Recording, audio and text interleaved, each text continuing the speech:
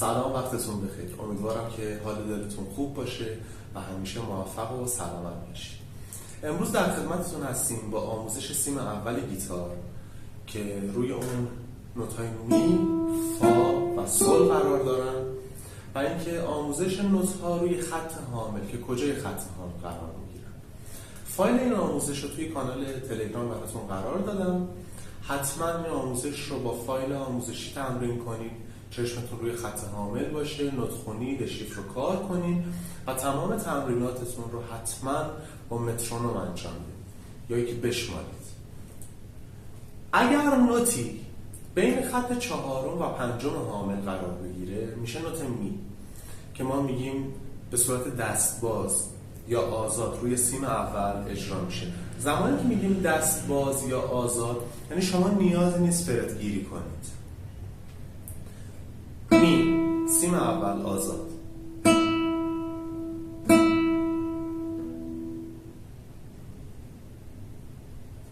نوت بعد ما نوت فا هست. اگر نوت ما روی خط پنجم قرار بگیره یعنی بنشینه روی خود خط پنج میشه فا که به ترتیب نوت ها اگر دقت کنیم دو، ره، می، فا، یعنی دقیقا بعد از نوت می نوت فا هست. خب میشه انگشت اول پشت فرت اول سیم اول.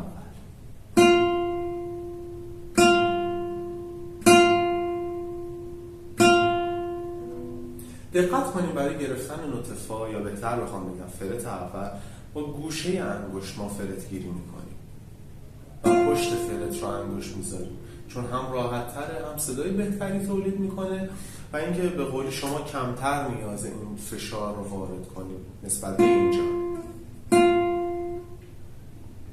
نوت بعد ما نوت سل هست که بالای خط پنجم حامل قرار میگیره و جایگاهش روی دسته گیتار میشه انگشت سوم پشت فرت سوم سیم اول سل سل. خب پس شد می فا سل، می فا سل، سل فا می.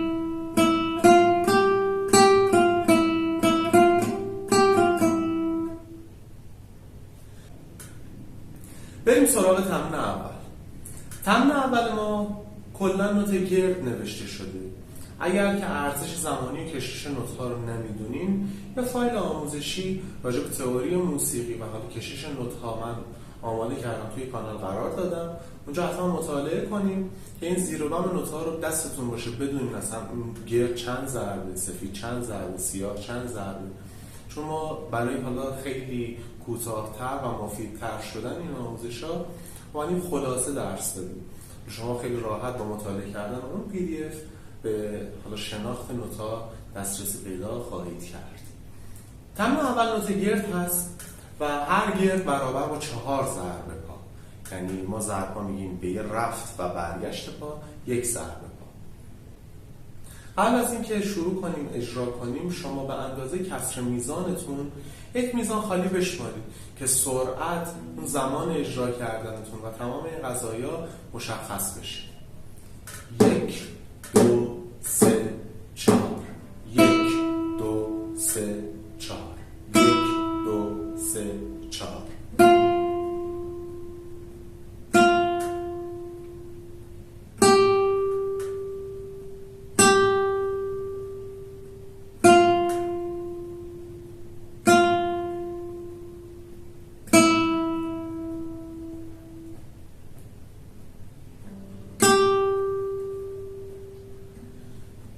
میزان یکی مونده به آخر علامت سکوت گرد استفاده شده که طبق اجرایی که داشتیم مشخص شد که برای اجرا کردن سکوت کافی شما دستتون روی سیم نگه دارید و سیما به هیچ عنوان به فرت بورد کانکت نشن، وصل نشن. شما فقط کافی دستتون رو بزنید روی سیم که اون صدا قطع بشه، صدا خفه بشه. خب من این تمرین رو با مترونوم برای شما اجرا کنم. ما تمرین اول رو با مترونوم برای شما اجرا می‌کنیم و تمپو رو گذاشتیم روی 90، بیتمون 4 هست و نوت سیاه. 1 2 3 4.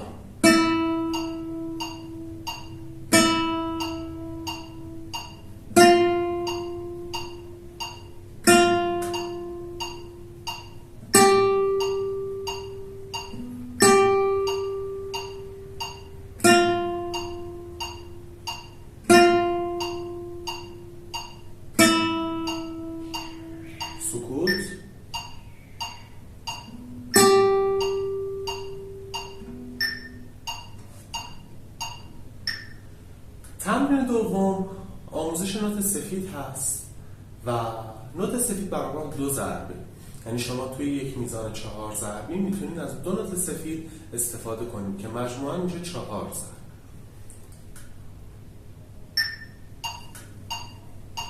1 2 3 4.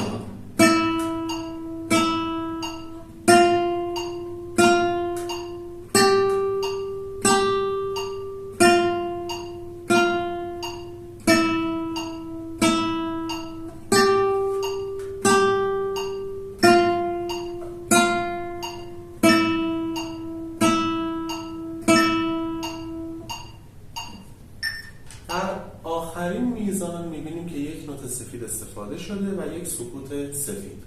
خب نوت می رو اجرا میکنیم، میگیم 1 2 3 4 رو سکوت میکنیم، یعنی سیم رو باز خفه نگه میداریم که سکوت اجرا بشه.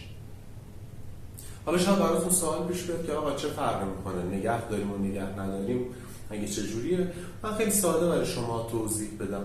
شما داخل همین میزان اگر نوت سفید رو یعنی بگیم 1 2 سکوت سفید رو نگه نداریم، دقت کنین اجرا کنیم 1 2 3 4. الان صدای نوت ما داره امتداد پیدا میکنه و کاراکتر نوت سفید به نوت گرد تغییر کرد. پس این صدا رو شما باید قطع کنیم که مشخص بشه نوت سفید، سیاه، گرد داریم چیکار میکنیم. تمرین سوم نوت سیاه. هر سیاه برابر با 1 ضربه پا. یعنی در اصل ما 4 سیاه رو میتونیم توی یک میزان 4 4 استفاده کنیم که مجموعاً میشه 4 ضرب. خب تمرین سوم رو اجرا کنیم. 2 3 4 1 2 3 4 1 2 3 4.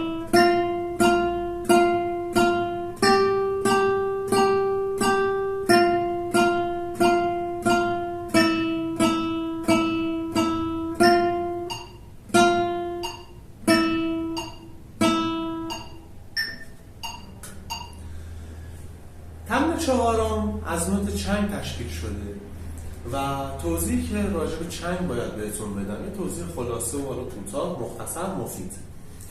نوت ها رو اگر دقت کرده باشین، اولین نوت که یاد گرفتیم نوت گرد بود که گفتیم آقا جمعاً 4 ضرب پا طول میکشه. نوت بعد از گرد نوت سفید بود که گفتیم 2 ضرب. بهتر بخوایم بگیم نوت سفید نصف نوت گرده. پس قطعاً زمانی که نصف نوت گرد میشه ضرب پاش میشه نصف دیگه میشه 2. نوت سیاه به همین ترتیب نصف سفید 1/4 گرده که سیاه شد 1 ضرب پا. و نوت چنگ هم نصف سیاه هست، یعنی چنگ 1/2 سیاه 1/2 چنگ 1/2 سیاه 1/4 سفید و 1/8 گرد. حالا من یه توضیح بدم که شما چنگ رو بهتر درک کنید برای شمارش و اجراش.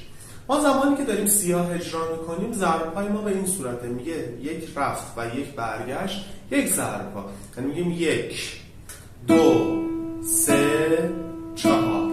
به یه رفت و برگشت پا ما میگیم 1 ضرب پا. حالا داریم میگیم آقا چنگ نصف سیاه هست. خب زمانی که میگیم نصف سیاه هست پس قطعا داخل این 1 ضرب پا ما میتونیم چند تا چنگ بزنیم؟ 2 تا چنگ رو اجرا کنیم. خب حالا بیایم ضرب پامون رو یه جور دیگه نگاه کنیم بهش. ضرب پا از 1 رفت و برگشت تشکیل شده. شما زمانی که پا داره میره پایین میگین 1، زمانی که خواست برگرده و یعنی 1 و 2 و 3 و 4 و اگر در یک میزان 4 4 ما 8 تا چنگ داشته باشیم یه دونه توی رفت اجرا میکنیم یه دونه توی برگشت به این صورت 1 و 2 و 3 و 4 و 1 2 3 4. من تمرین چهارم رو با مترونوم برای شما اجرا کنم. 2 3 4 1 و 2 و 3 و 4 1 و 2 و 3 و 4 و 1 و 2 و 3 و 4 و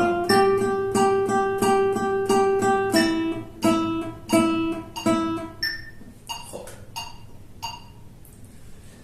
تمرین آخر ترکیبی از نوت‌های گرد، سفید، سیاه تار و چنگ هست و اینکه یکم نوت‌ها پراکنده برای شما نوشته شده که هم چشمتون هم ذهنتون عادت کنه به نوت‌خوانی.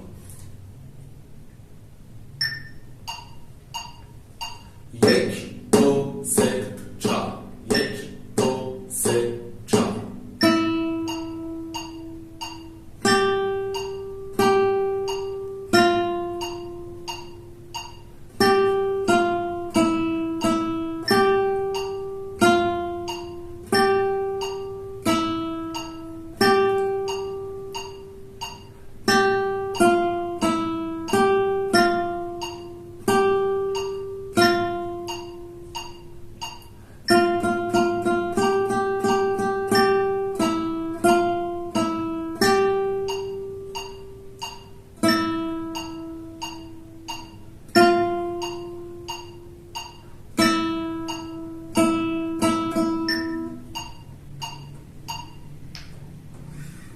امیدوارم که این آموزش براتون مفید بوده باشه. حتما از روی تمرین ها چشم ببرید، نگاه کنید، حفظ نکنید به هیچ عنوان که اون نطق‌خوانی دشیفر شما قوی بشه. و اینکه اگر سوالی چیزی بود، مشکلی، ایرادی، من در خدمتتون هستم و حتما با مترونوم تمرین کنید. اگر در دسترس نیست با شمارش، با ضربات دقیق و با سرعت پایین تمرین کنید. ممنونم از شما. موفق و پیروز باشید.